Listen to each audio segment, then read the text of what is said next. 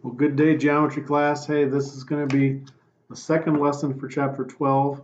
Today you're going to be introduced to what a chord of a circle is and some of the relationships between chords and arcs of a circle. So here we go. Your objectives today are you will use the properties of chords, arcs, and central angles, and you will use perpendicular bisectors of chords. Well, first, what is a chord?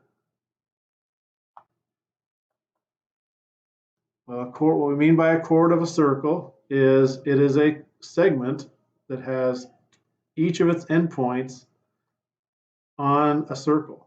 So here is a circle, center is O, and then 2 points P and Q are actually on the circle's perimeter. And then if I just connect them, that line segment is called a chord. And associated with that chord is an arc that also joins those 2 points, and that's arc PQ. So I've kind of labeled those and written them in that sentence down below here.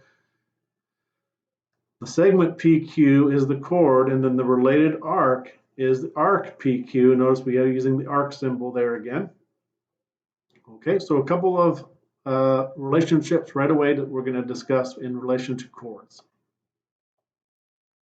Okay, so the first one is here I have a single circle. Now we could also draw this in just two circles that are congruent. And what we're going to note is this theorem is true both directions. So we have a theorem and a converse. The first one says congruent chords have congruent arcs. So the way we read that one is if the chord on the left, the blue chord, is congruent to the chord on the right, then the arc in blue is congruent to the arc in red. Okay, so I'll just mark them here. Now the converse works too. So if we said it the other way, if I have congruent arcs first, then we can mark the chords congruent too.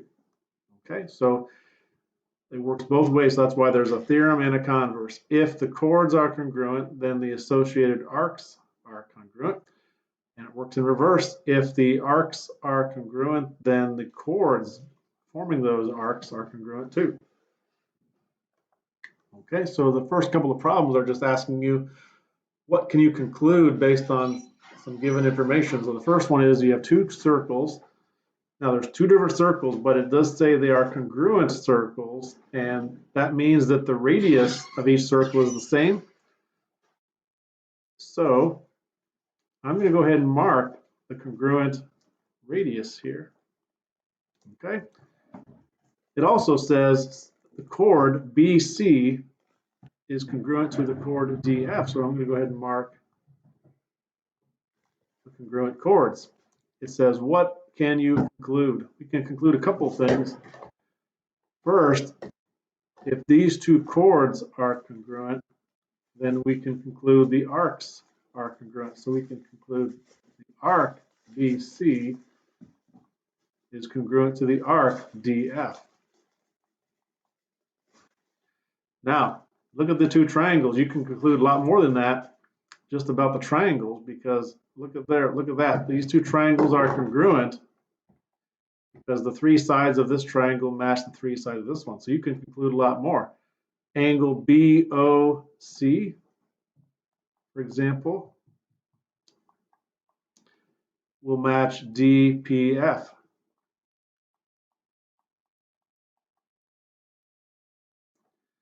And so I'm going to go ahead and mark those. And you could say the same thing about the other pairs of angles too. So angle B and angle D. And you can conclude angle C matches angle F. You can conclude all of those things because the way you mark these triangles, all the parts are congruent. Let's take a look at another one of these. Suppose in this one, the circle O is congruent to circle P, and that again means each radius is the same. But this time the given is the angle OBC, and I'm going to mark that right there, is congruent to PDF. Mark that one up there, angle D.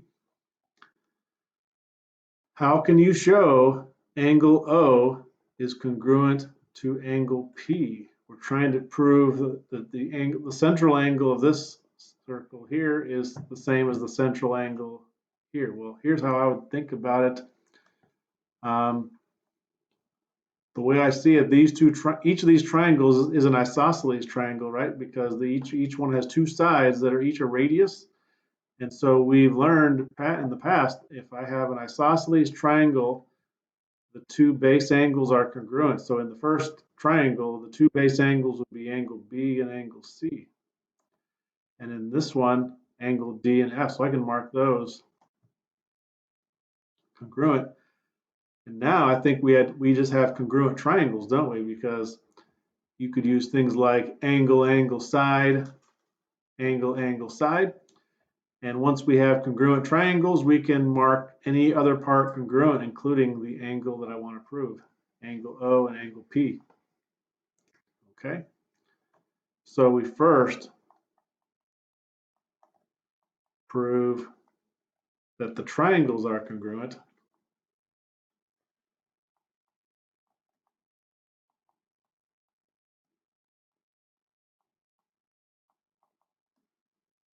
That was with angle, angle, side. Then we can conclude angle O is congruent to angle P. And remember, that is called corresponding parts of congruent triangles are congruent. We can also conclude other things now, such as the chord BC and the chord DF would have to be congruent, and the arcs B to C and the arc DF are congruent too. Okay, we can conclude lots of those things. Let's look at some other theorems involving chords now as we go on to part 2. This theorem also has a converse, so they're both stated on this one page. It says within a circle, or if we had two congruent circles, chords that are equally distant from the center are congruent. So in this picture, I have a chord AB, I have a chord CD, and if I draw from the center point perpendicular to the chord, that length would be considered the distance from the center to the chord. And in this picture, both of those distances are congruent. So the theorem says if these two distances to the chords from the middle are congruent, then the chords themselves are the same length. So AB is congruent to CD. Now in the converse, it's stated backwards. If I already have two congruent chords, then I know that they're going to be the same distance from the middle. Okay, so this theorem works either way. It has to work that way all the time. So in this problem, we're going to apply that principle. It says, what is the length of RS? So let's find that in the picture. It's right here. Here's R, and here's S. So I'd like you to take a minute and actually just look at the picture and decide how you think we're going to solve this.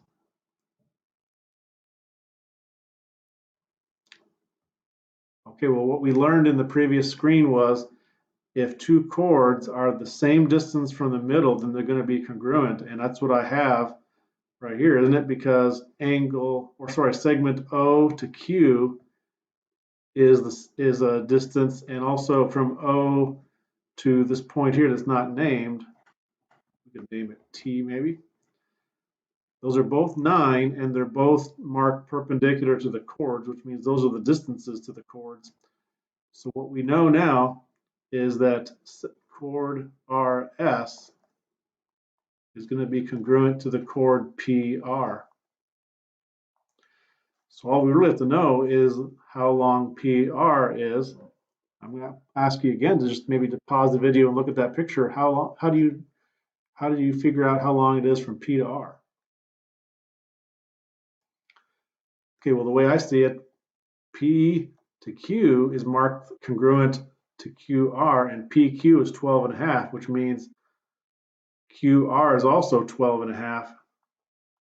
And if I add those together, I'm going to get 25. 12.5 plus 12.5 is 25. And if P to R is 25, then RS is also 25.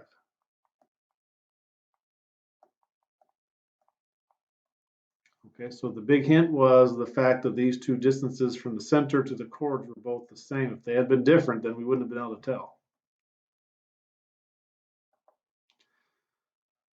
Okay, now in this one, you're asked to find the length of the distance from the center to this one chord. Now, notice this time it's kind of given, the givens are the opposite.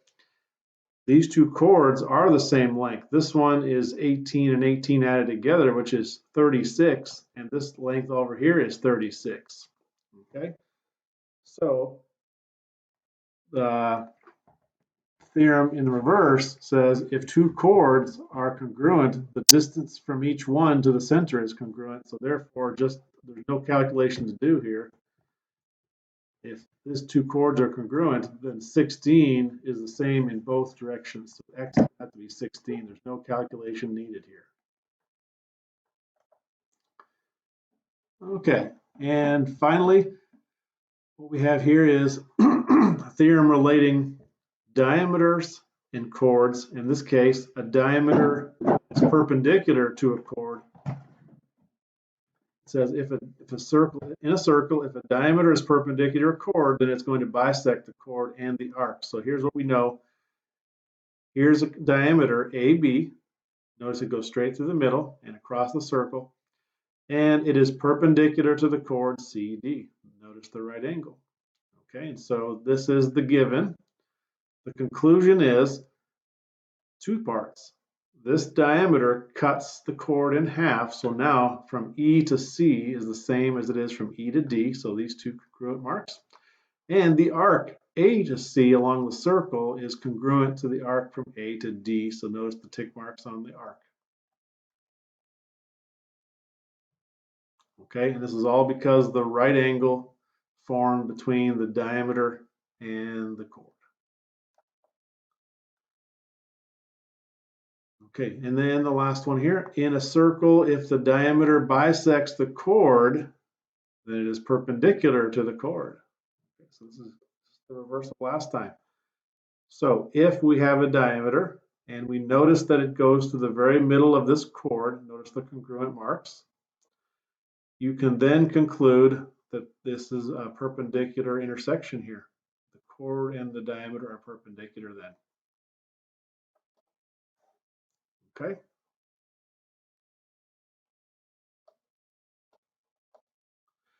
Okay, so in the final two problems today, what you're going to be asked to do is to use those last two theorems here and find either a distance from a center to a chord or a radius of the circle, as you are in problem 4a here.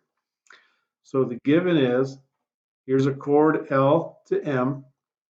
From K to N, notice it's perpendicular to the chord is 3, and the length of the chord is 14.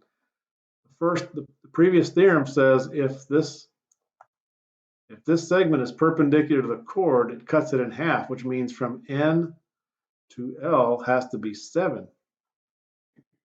Okay, so now the trick is to focus in on just the triangle. I'm going to trace out this triangle. I'd like you to think for a minute how you would like to solve for the value of R here. I encourage you to pause the video and look at that picture. Okay, well, notice it is a right triangle, and in a right triangle, you can always use the Pythagorean theorem, which is what we're going to do here. The radius of the circle is going to be the hypotenuse of this triangle. So the two legs squared are 7 squared and 3 squared, and they have to add up to R squared. So I'm going to take 49 plus 9 and get 58. And we're asked to round to the nearest tenth. So what you'll have to do is you'll have to take the square root of 58 and then round that to the nearest tenth. If I want, I'll try and turn my calculator on so we can do that. Finish it off here. Just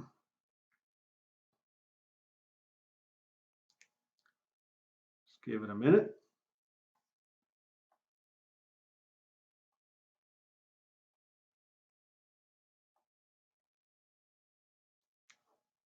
Okay, so we need to take the square root of 58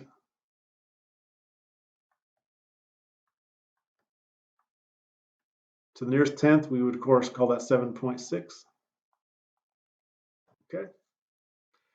And in problem B, we want to find the value of y. Now that is the distance, that is the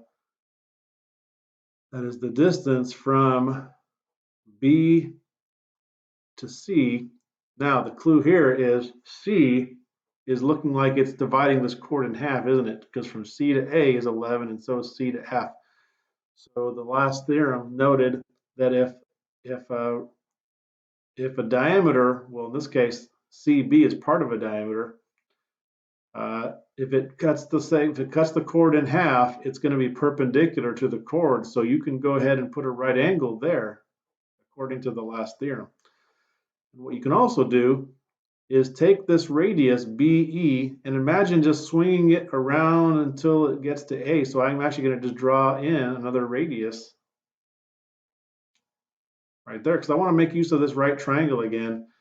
Now, BA is not given, but I know it's going to be the same as BE because it's also a radius of the circle. So I'm going to put AB is 15 because now I can make use of this right triangle, and this time 15 is the hypotenuse and then 11 and y are the legs. So it's going to be a little bit different. It'll be y squared plus 11 squared equals 15 squared.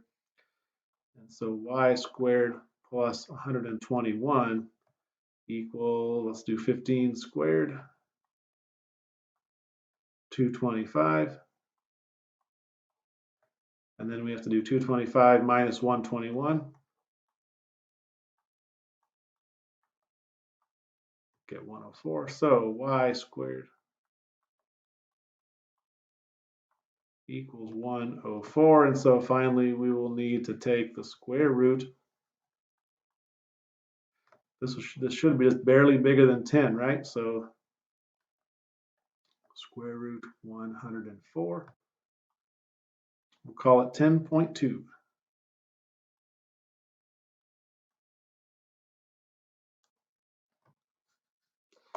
All right, guys, we'll hope this helps you out. Feel free to go back and watch some of the parts again if you need to help you with the homework problems today. We're in section 12.2 in Math Excel. Good luck with it. Let me know if you have any questions. Thanks.